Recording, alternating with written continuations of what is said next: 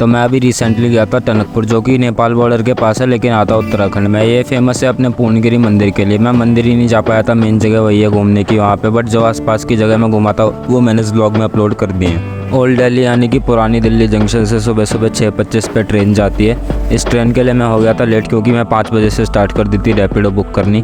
But Rapido वाले भैया जो होते हैं सुबह सुबह के टाइम मोस्ट ऑफ द ऐसे ही करते हैं, मोस्ट ऑफ द कैप्टन ऐसे ही करते हैं। वो अपनी बुकिंग ओपन छोड़ के खाना पीना नहाना धोना करते हैं अपना, ताकि जैसे ही वो रेडी होने बुकिंग रेडी मिले। इन लोगों की इस टाइम सेविंग के चक्कर में मेरी ट्रेन हो रही थी लेट, और मैं पहुंचा था स्टेशन पर 6:28 पे।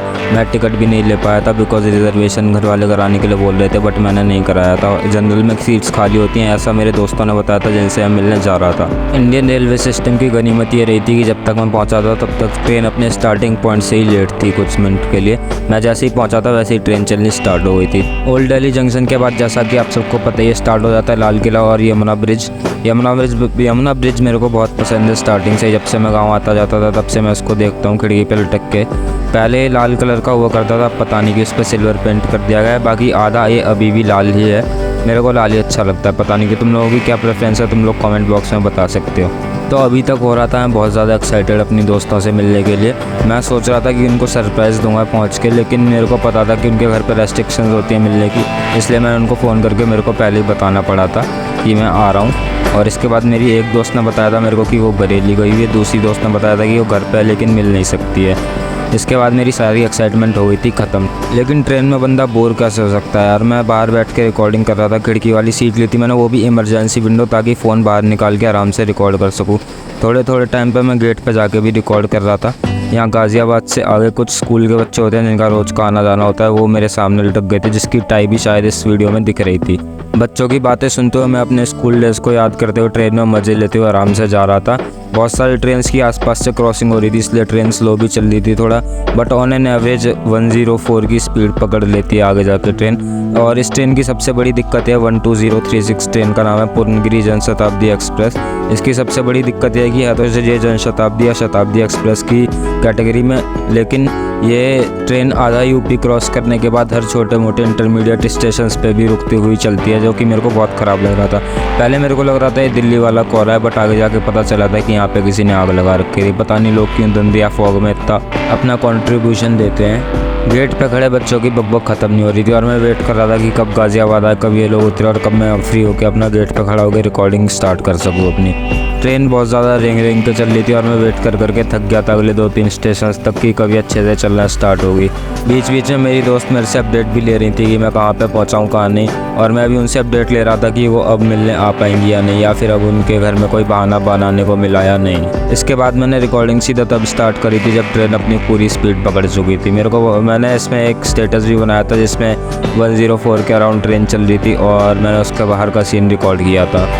ब्लॉग को या ट्रेन के इन सीन्स को रिकॉर्ड करने का भूत मेरे को इस कदर चढ़ा था कि कभी मैं उल्टे हाथ पे आके गेट पे रिकॉर्ड कर रहा था, कभी मैं सीधे हाथ पे जाके गेट पे रिकॉर्ड कर रहा था। इसके बाद बच गए थे 10 और मेरे को बैठे बैठे हो गए थे 4 घंटे, इसलिए स्टेशन पे मैं उतर के बाहर खड़ा हो गया था और अपनी रिकॉर्डिंग करने लग गया था।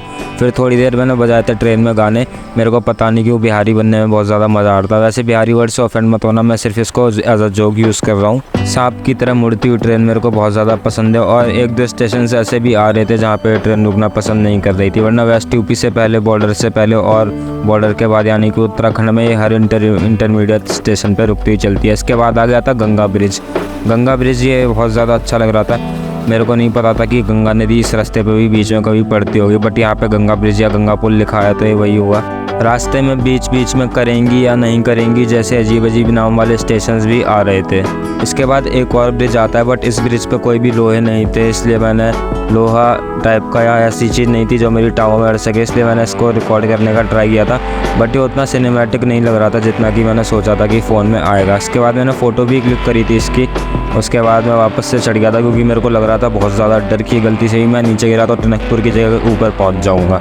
बेशर्मों की तरह मैं फ़ोन उठाया ट्रेन को जब जब वो मुड़ रही थी तब रिकॉर्ड करने का ट्राई कर रहा था, बट मेरे फ़ोन में पता नहीं कि सिनेमैटिक व्यू नहीं आ रहा था बिल्कुल भी। मेरे फ़ोन का कैमरा तो वैसे बहुत अच्छा है, बट हाँ एंगल्स भी मैटर करते हैं कि हम कौन से एंगल से फ़ोटो या वीडियो बना रहे हैं, जिस वजह से वो सिनेमैटिक दिखता है। और थोड़ी बहुत कलर ग्रेडिंग की भी बात होती है, और कलर ग्रेडिंग मेरे को बिल्कुल भी नहीं आती ऑनेस्टली। इतने लंबे सफ़र के बाद और अच्छा खासा वेट करने के बाद मैं पहुंच गया था अपनी डेस्टिनेशन पे। डेस्टिनेशन का नाम जैसा कि आप लोगों को पहले पता ही और देख भी सकते हैं, टनकपुर था। और मेरी एक्साइटमेंट धीरे धीरे दोबारा से बढ़ती जा रही थी, ये पता होने के बावजूद भी कि मेरी फ्रेंड मेरे से नहीं मिल पाएंगी। इसके बाद मैंने यहाँ पे थोड़ा सा निकल के खुद एक्सप्लोर किया था कि कैसी क्या जगह तो बहुत अच्छी लग रही थी और दिल्ली से बहुत ज़्यादा डिफरेंट थी, क्योंकि यहाँ पे फास्ट पेस्ड लाइफ नहीं थी और भीड़ भाड़ उतनी ज़्यादा नहीं थी। चहल पहल भी थी तो वो भी बहुत ज़्यादा स्लो ही थी। इसको मैं ब्लर कर दूंगा बाद में, मैं नहीं दिखाना चाहता किसी की कंसेंट के बिना किसी की प्राइवेसी भंग कर दूं मैं। जो फ्रेंड में से मेरे को पहली मिली थी उसने मेरे को बताया कि मंदिर के रास्ते जो है वो भी बंद चल रहे हैं, मंदिर जाने के सिर्फ पैदल वाले रास्ते खुले हुए हैं। और एक बात सच बताऊं तो मैं वहाँ पे बीच बीच में इन लोगों के साथ रिकॉर्ड करना भूल ही जा रहा था कि मेरे को व्लॉग भी रिकॉर्ड करना है। जब जब मेरे को जैसे जैसे याद आ रहा था तब मैं रिकॉर्ड कर रहा था। मैं यहाँ पे पहुँचा तो 4 बजे था, बट ये सीधा शाम के 5 या 6 बजे के बाद की रिकॉर्डिंग थी, मेरे को अच्छे से याद है। इसके बाद मैं गया था यहाँ पे मार्केट घूमने और मेरे को देख के बहुत ज़्यादा हैरानी हुई थी कि यहाँ पे मार्केट ऐसी दिखती है। थोड़ा सा आगे चलने के बाद मेरी गलतफहमी तब दूर हो गई जब मैंने इस जगह को देखा। मेरे को पता चला कि जिस जगह को मैं पहले मार्केट समझ रहा था वो एक्चुअल में मार्केट थी नहीं, बट हाँ ये मार्केट में भी उतनी चहल पहल नहीं थी और अच्छा लग रहा था इतनी शांति देख के कि मार्केट में भी इतनी शांति होती है। चहल पहल से मेरा मतलब थोड़ा बहुत शोर शराबा है, भीड़ भाड़ से है। इसके बाद मैंने सीधा सुबह उठ के रिकॉर्ड करना स्टार्ट किया था। ये सूरज दिख रहा था यहाँ से और इस साइड दूर पहाड़ भी दिखते हैं। स्टेशन भी होटल के बिल्कुल सामने ही था और मेरे दोस्तों का घर भी स्टेशन के बिल्कुल पास में ही है, क्योंकि ये बहुत छोटा सा शहर है लेकिन बढ़िया शहर है। इसके बाद मेरी दोनों फ्रेंड और उन फ्रेंड में से एक का भाई, हम चारों निकल गए थे घूमने के लिए। मैंने बहुत सारी जगह एक्सप्लोर करी थी। इसके बाद बहुत सारी तो नहीं कह सकते, बट हाँ इस जगह के हिसाब से मेरे लिए बहुत सारी थी, वो जितना मैं सोच के गया था उसके अकॉर्डिंगली। और ये थी चंपावत डिस्ट्रिक्ट के अंदर आने वाली टनकपुर की यूनिवर्सिटी एक टाइप की। मेरे लिए यूनिवर्सिटी थी बिकॉज इस पर महाविद्यालय लिखा था, बट ये लोग इसको कॉलेज बता रहे थे। दिल्ली में यूनिवर्सिटी और कॉलेज का थोड़ा सा अलग मतलब हो जाता है, बट यहाँ पे सेम ही होता है एक तरह से। इसके बाद हम घूमने गए थे इस जगह पे। मेरे को इस घाट का नाम तो नहीं याद है, बट हाँ अच्छी जगह थी। यहाँ पे मैंने खिंचवाई थी बहुत सारी फ़ोटोज़ जो मैं तुम लोगों को नहीं दिखा सकता। और यहाँ पे ब्लर करने का फ़ायदा क्या हो रहा है वो तो मुझे नहीं पता, बिकॉज मेरे को मेरी खुद की शक्ल आधी से ज़्यादा क्लियर दिख रही है। ये तितलियाँ यहाँ पे क्या कर रही थी ये तो मेरे को बिल्कुल भी नहीं पता, बट मेरे दोस्तों का कहना था ये पानी पी रही हैं, जो कि मेरे को बिल्कुल भी देखने से नहीं लग रहा था कि ये शायद पानी पी रही हैं। साइंटिफिकली हो सकता है शायद पी भी रही हूँ। ये अगला दिन स्टार्ट हो चुका था जैसा कि मैंने तुम लोगों को बताया। इसके बाद थी मेरी शाम की 6 बजे की ट्रेन, जहाँ पे छोड़ने के लिए मेरी फ्रेंड का भाई आया था। मेरे को नहीं पता वो लोग क्यों नहीं आ पा रहे थे, बट उनकी इतनी ज़्यादा रेस्ट्रिक्शंस थी। मैं ट्राई करूँगा नेक्स्ट ईयर दोबारा जाने का, जब तक उनकी रेस्ट्रिक्शंस शायद से ख़त्म भी हो जाएंगी। ये वीडियो थी जब हम घूम रहे थे उस टाइम की। इससे तो ये मेरी ट्रिप यहीं पे ही एंड हो गई थी, क्योंकि मेरे को मेरे दोस्तों से मिलने जाना था, जो कि मैं मिल चुका था।